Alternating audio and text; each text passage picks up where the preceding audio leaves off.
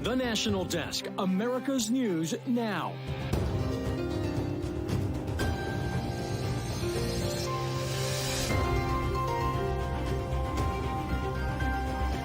It's being called a pattern of abuse. The Department of Justice coming down hard on the city and police department of Minneapolis in a review that goes beyond the death of George Floyd. Years before he killed George Floyd, Derek Chauvin used excessive force on other occasions in which multiple MPD officers stood by and did not stop him. Millions of Americans have their data compromised after widespread cyber attacks. Why officials believe Russia may be involved. We know that the Chinese Communist Party is using, and to an extent the Russians as well, are using these hackers as an extension of the state and to conduct economic warfare on our businesses. And millions again under weather alerts as recovery efforts continue, where a deadly tornado ripped through a Texas town.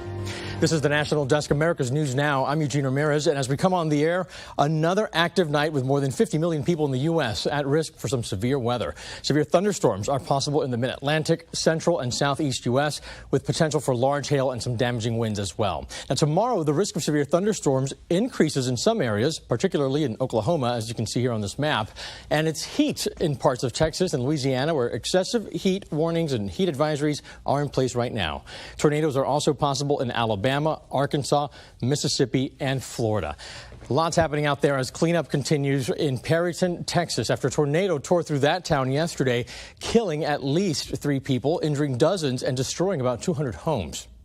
I was going to die, and I was going to leave a lot of things undone. I know there's people here who died today serving our community. 2 people who had been missing have been found with minor injuries. The National Weather Service has been on the scene assessing the damage there. And Texas Governor Greg Abbott told the Division of Emergency Management to help with traffic control and restoring utilities there as well. Now, police have asked residents to stay home if possible. That tornado was part of a larger storm system that left more than 230,000 people in Texas without power this morning. A massive supply chain mess now on the table after UPS Teamsters voted overwhelmingly to go on strike starting August 1st. That's if contract talks fail. The union represents more than 340,000 warehouse workers and package delivery drivers who are seeking higher wage and some benefits. Now, a strike could have a severe effect on the U.S. economy. UPS right now is the largest unionized employer in the private sector. It ships an estimated 6% of the total U.S. GDP. Now, UPS has stated it is confident that an agreement will be reached within the next 6 weeks to avoid that strike. In Minneapolis today, Attorney General Merrick Garland unveiling a scathing review of the Minneapolis Police Department's pattern of violating civil rights of blacks, Native Americans, and some others. The Department of Justice has concluded that there is reasonable cause to believe that the Minneapolis Police Department and the City of Minneapolis engaged in a pattern or practice of conduct that violates the First and Fourth Amendments of the United States Constitution. There is also reasonable cause to believe that they engage in conduct that violates Title VI of the Civil Rights Act of 1964, the Safe Streets Act, and the Americans with Disabilities Act. This investigation found that the pattern of the use of excessive force, both lethal and non-lethal, inside the police department made what happened to George Floyd possible. But the abuses went far beyond the death of George Floyd in May of 2020. This report highlights repeated racist behavior among police officers and also found that both Minneapolis police and the city of Minneapolis discriminated against people with behavioral health disabilities. The city and police department will now be required to issue reforms overseen by an independent monitor and then approved by a federal judge. In a rare 3-3 decision, a deadlocked Iowa Supreme Court did not reinstate an Iowa law largely banning abortion after 6 weeks. The 2018 law had been put on hold since a 2019 district court ruling. For Iowans, abortions will remain legal up to 20 weeks of pregnancy. Governor Kim Reynolds expressing disappointment in that ruling, saying not only does it disregard Iowa voters who elected representatives willing to stand up for the rights of unborn children, but it has sided with a single judge in a single county who struck down Iowa's legislation based on principles that now have been flat out rejected by the U.S. Supreme Court. The governor also said that the fight to further restrict abortions in Iowa is not over. Outrage right now over the Southern Poverty Law Center's latest annual hate report. Several parents' rights groups made that list. The National Desk's Janae Bowens has a look at the controversy. So it's absurd and silly, but also unsurprising. Erica Sanzi with Parents Defending Education fighting back after her group was put on the Southern Poverty Law Center's hate list.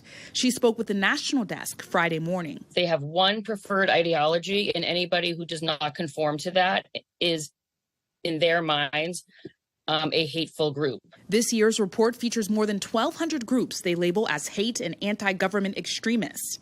New to the list are 12 conservative parents' rights groups. The SPLC says they spew homophobic and transphobic speech in the name of protecting their children's innocence and embrace racist and nationalist ideology. They're showing their bias and their activism against what these groups are calling for, which is more parental involvement in their children's education. Echoes of a 2021 letter to President Biden from the National School Boards Association that suggested threats from parents aimed at school officials were, quote, domestic terrorism and hate crimes, prompting the Justice Department to direct federal law enforcement to work with local authorities. The association eventually apologized for sending the letter. And the SPLC is demonizing them in order to silence their views and make it seem like they're extremist, like they're comparable to the KKK. Tyler O'Neill, managing editor of the Heritage Foundation's Daily Signal and author of Making Hate Pay, The Corruption of the Southern Poverty Law Center, says the list is a profitable strategy. Hate is everywhere. You need to give to us because we're monitoring hate. Their 2021 report shows their endowment is nearly $732 million. Now, in the past, the SPLC has lost lawsuits and even had to walk back designations. In 2014, apologizing to Dr. Ben Carson for placing him on their extremist watch list. And amid the controversy, House Republicans have filed a resolution defending the parental rights groups. And Janae, some lawsuits expected in the future here against the Southern Poverty Law Center. What are you hearing about those? Well, Tyler, who you just heard from, says these parent rights groups have a strong case for a defamation lawsuit. Eugene. All right, Janae Bowen's live in Washington, D.C. Thank you. Today, a truck driver was convicted of all 63 counts in the killing of 11 worshipers in the Tree of Life Synagogue in 2018, the deadliest anti-Semitic attack in U.S. history. Next, the jury will decide whether Robert Bowers should receive the death penalty or life in prison without parole. Survivors and victims' family members are expected to tell the jury about the impact of this tragedy. Bowers' attorneys plan to provide evidence that he has brain impairments. The penalty phase starts June 26. It'll probably last for several weeks. A Cincinnati father is being held on a $20 million bond. Chad Doerman was arraigned this morning for killing his 3 sons, ages 3, 4, and 7, execution style with a rifle just yesterday. The mother of the children was also wounded as she tried to save those boys. Doerman did not issue a plea today, but investigators say that he's admitted to killing the children. Doerman is due back in court on June 26. The White House announcing today that Dr. Mandy Cohen will lead the Centers for Disease Control and Prevention. 44-year-old Cohen was the secretary of the North Carolina Department of Health and Human Services for 5 years. She'll replace outgoing director Dr. Rochelle Walensky, who was resigning at the end of the month. Cohen will inherit some challenges there at the agency. The agency's been dealing with things like the pandemic, of course, also improving communication and restoring trust. June is Post-Traumatic Stress Disorder Awareness Month. Let me put it out of the way so you can read that there. The U.S. Department of Veterans Affairs says that at least 7% of all veterans suffer from some form of PTSD. But a new study says PTSD affects more women than the men who serve. Maritza Mendoza has the details. I am a woman veteran who have served in 2 branches, who is a combat veteran, who have seen a lot of things, and I can relate to a lot of women. Lila Geis proudly represents the female military population she serves. As a licensed professional counselor, she says women veterans are twice as likely as men to experience PTSD. Risk factors that make women more vulnerable to developing PTSD include increased combat exposure and higher rates of military sexual assault. Because this is a male-dominated culture, that many women endure a lot of unwelcome sexual comments, and a lot of these issues go unaddressed. Veteran Affairs says 7 out of 100 military veterans will experience PTSD in some point of their life. Fortunately, there are more treatment options available for those who may need help. Right now, there are several different therapies that have repeatedly been shown to be effective in reducing PTSD symptoms. Dr. Sarah Barron says about 8% of American women will develop PTSD at some point in their life. The number increases to 13% for military women. The promising news, 50% who complete PTSD treatment are better off. It does mean that they would be able to live a more functional and fulfilling and happy life. A life that should be in a good place in order to help those around you. Be the person that you want to become and be able to care for yourself and your family. That was Marissa Mendoza reporting. Coming up here on the National Desk, your personal data may have been compromised. Who might be behind a massive cyber attack impacting the U.S. federal government? Then the common medicine that may be difficult to find, why a critical shortage is happening right now, and why one state is using controlled burns as a learning opportunity. We're back in 90 seconds.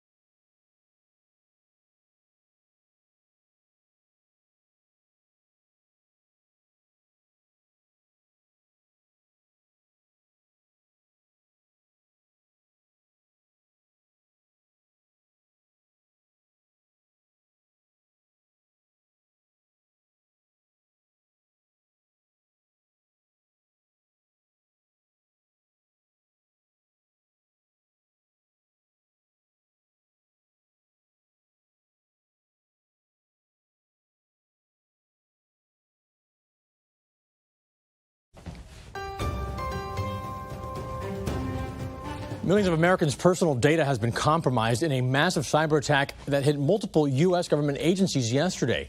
Roughly 3%, 5 million Oregonians, and at least 3 million residents in Louisiana are now at risk. Now, no one has issued direct blame for this hack, but federal officials noted that the attack used similar techniques previously used by a Russian ransomware gang. An official from the Cybersecurity and Infrastructure Security Agency telling CNN that the agency is working to support agencies affected by the hack, which exploits a vulnerability in a software program. CISA did not elaborate on who was responsible for the attack or how many organizations were breached. The U.S. Supreme Court issuing two decisions this morning. In an 8-1 ruling written by Justice Elena Kagan with Justice Clarence Thomas dissenting, the court found that the Department of Justice is allowed to dismiss cases even if a whistleblower objects. Now, this practice became more common during President Trump's term as his administration sought the dismissal of meritless or parasitic lawsuits, as they called them, that the government did not back. Also in a unanimous decision today, the High Court overruled a circuit decision to allow district courts to issue concurrent sentences for federal crimes. As of now, there are 18 cases left to be decided, and the next scheduled day for decisions is not until Thursday, but the court can add more days if necessary before it goes on recess in the summer. President Biden speaking at the National Safer Communities Summit in Hartford, Connecticut today. This event comes nearly 1 year after the president signed the bipartisan Safer Communities Act, the first significant piece of federal gun safety legislation in decades. The president says there is more work to be done, reflecting on all of those impacted by mass shootings in the U.S. I've never forgotten them, and I never will forget them. And I will never stop fighting for them, I promise you. And I believe this is true, that everyone in this room, you'll never stop fighting for them as well. President Biden says there is only so much he can do without help from Congress. He's calling for universal background checks and a ban on assault weapons. Republicans have voiced concerns over the Second Amendment, arguing that certain gun restrictions impose on the rights of citizens to defend themselves. Some of the top labor unions in the U.S. endorsing President Biden's re-election campaign today, including the AFL-CIO, American Federation of Teachers, and American Federation of State, County, and Municipal Employees. Unions will also host an event for the president tomorrow in Philadelphia, his first political rally since launching his 2024 re-election bid in April. Labor support will be critical for President Biden in 2024. The Biden campaign plans to report its fundraising numbers to the Federal Election Commission next month. We'll keep an eye out on that for you.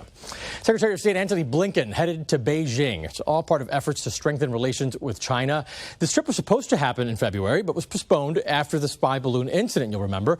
Now, Blinken will attend meetings there on Sunday and Monday. The National Desk El-Nashar has the details. Arguably the most consequential relationship on the world stage is at an inflection point. Much of where it goes from here rests on the shoulders of Secretary of State Antony Blinken in the days ahead. Chinese officials describe U.S.-China ties as being on a downward spiral. Blinken's plans to visit earlier this year were canceled after a Chinese spy balloon was spotted over the U.S. Much of Blinken's objective is to keep the relationship from deteriorating altogether. The State Department says they want to accomplish three things: establish communication channels to manage competition and avoid conflict, advocate for American values and interests, and explore areas of potential cooperation. But expectations are low. This is an important but in a sense, insufficient step because there's a lot of work to be done. The secretary says he'll bring up the issue of American detainees in China. Now, China's so-called unlimited friendship with Russia, aggression against Taiwan, cyber threats, and human rights abuses against Uyghurs are also adding to the tension. Though this will be the first U.S. cabinet visit to China since 2019, some of the biggest names in America's private sector, Bill Gates, Elon Musk, Jamie Dimon, have been there in recent weeks, with focus on the U.S. moving supply chains and investment out of China. Over time, yeah, there'll be less trade. You know, it'll take years for these things to take place, but it won't be a decoupling. And the world will go on. It'll never sort out if people don't talk. Before leaving for China Friday, Blinken met with the foreign minister of Singapore, who acknowledged just how high the stakes are. This is a very important and critical moment, not just for the United States and China, but indeed the rest of the world will be watching. In Washington, I'm El-Nashar for the National Desk, America's News Now. A critical medicine in short supply right now. Drug maker Pfizer expected to run out of a certain form of penicillin in just 2 weeks. Bicillin is a long-acting injectable form of the antibiotic used to treat some common infections. Although most doctors prefer to use another form, amoxicillin, because the shots are less painful. Pfizer is working to increase production. Crews are still at work reconstructing I-95 after that partial collapse in Philadelphia earlier this week. You can see the progress here live. They've been working on building temporary lanes to allow traffic through both directions as soon as possible. It's not clear, though, when the workaround will be finished.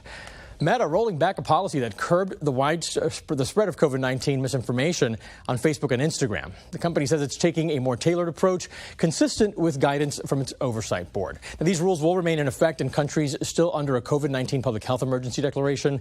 Meta says it's working with health experts to determine which claims could continue to pose a risk in those countries. Twitter also ended its COVID-19 misinformation policy in November. Multiple states considering bills to decriminalize drug possession. Now, this follows a trend in Canada and Portugal to emphasize treatment over policing, but the state of Oregon could provide a cautionary tale. Spotlight on America's Chris Daniels takes us there. There was a time when the Rose City smelled sweet. I feel like when I grew up, we had an independent spirit. We were kind of tougher than everybody else. Erica Hetfeld is a third-generation Portlander who had settled in with her family to the affluent neighborhood near Reed College. A dream home near the cherry blossoms and a tee shot from downtown. What changed? There are two types of people in Portland. Someone who's had something happen to them and someone who will have something happen to them. There's no in between. Hetfeld says her perspective changed after a man broke into that home and stole personal items in 2021. She says police were slow to respond and the man was never found. And so she moved to the suburbs, frustrated by what she says is a city with an addiction and public safety problem. You get in more trouble in Portland for parking in a handicapped spot than you do having a baggie full of fentanyl that could kill a busload of kids. That's wrong. Data from Portland State University and USA Facts shows that people have been leaving Multnomah County, which includes Portland, almost 9,000 people since 2019, at a time when fentanyl overdoses have gone the other direction. People we talked to on all sides believe Oregon Measure 110, which decriminalized personal possession of drugs and was approved by voters back in the fall of 2020, changed the direction in this city. The number I've seen is fentanyl ODs up 588% between 19 and 2021. Correct. How much does that state measure factor into what you're dealing with here? Ted Wheeler is Portland's mayor. His city could be a cautionary tale for states now kicking around a similar idea. Part of it is because we don't have substance use disorder treatment to any great capacity in our state. Measure 110 was brought to the ballot by a group of Oregon residents with the hope that on one hand they would decriminalize small amounts of personal use of drugs, but in exchange there would be substantial new resources going into treatment. Sarah Holland is the director of supportive housing for the nonprofit Central City Concern. Not only the increased presence of fentanyl, but the strength of it. And works to stabilize the lives of some 13,000 Portlanders. She says the challenge has only grown in the past few years. We have an infrastructure problem that can't meet the need that existed before Measure 110. If you're a drug addict on the streets of Portland and you get free food, free housing, free water, free needles, and have $2 fentanyl, why would you put yourself into treatment if you don't have to go? With everything you just said, what's the solution? In my mind, we have to repeal Measure 110 that legalized hard street drugs. The folks who passed that measure promised treatment instead of jail time for drug addicts. Until then, Hetfeld believes there will be more people like her heading further down the Oregon Trail as long as the crisis remains at the front door. I'm Chris Daniels for Spotlight on America. Coming up here on the National Desk, how lawmakers are trying to help young military families afford housing. We'll be right back.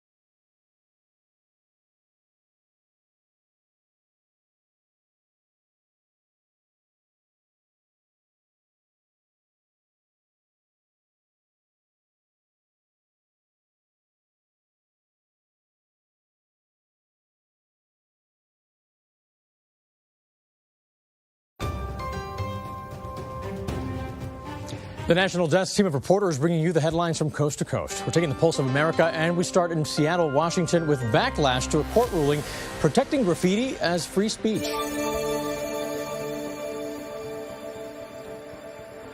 We see it on vehicles, we see it on trains, we see it on buildings, windows. You don't have to look far to see graffiti plastered across Seattle. The city has recently learned it cannot arrest the vandals for now. There is no repercussion for the individuals who are sometimes tagging every single day. U.S. District Court Judge Marsha Peckman clarified a recent injunction allowing police to make arrests for intentional damage of property like business break-ins, but police cannot arrest someone caught vandalizing property with graffiti.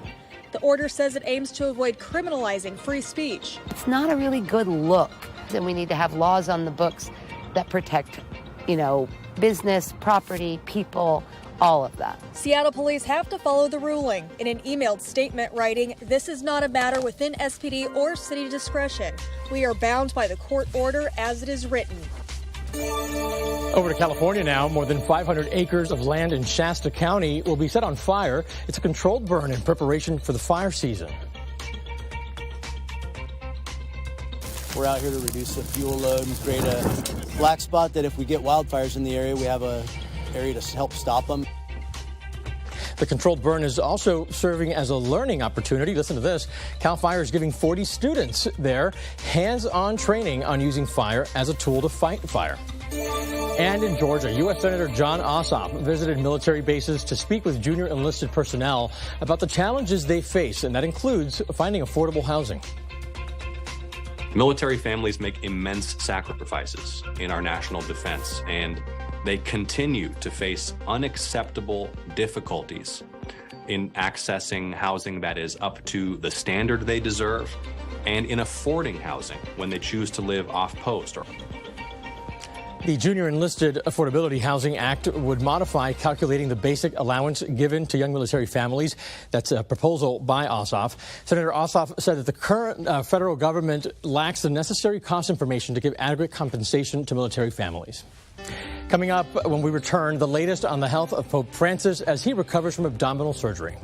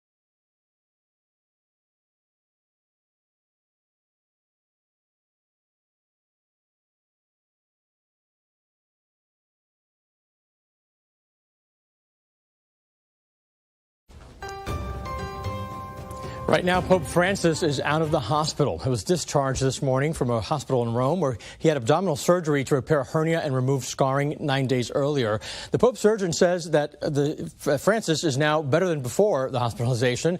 After the surgery, the Vatican said that all of the Pope's audiences would be canceled through June 18th. The Pope, 86 years old.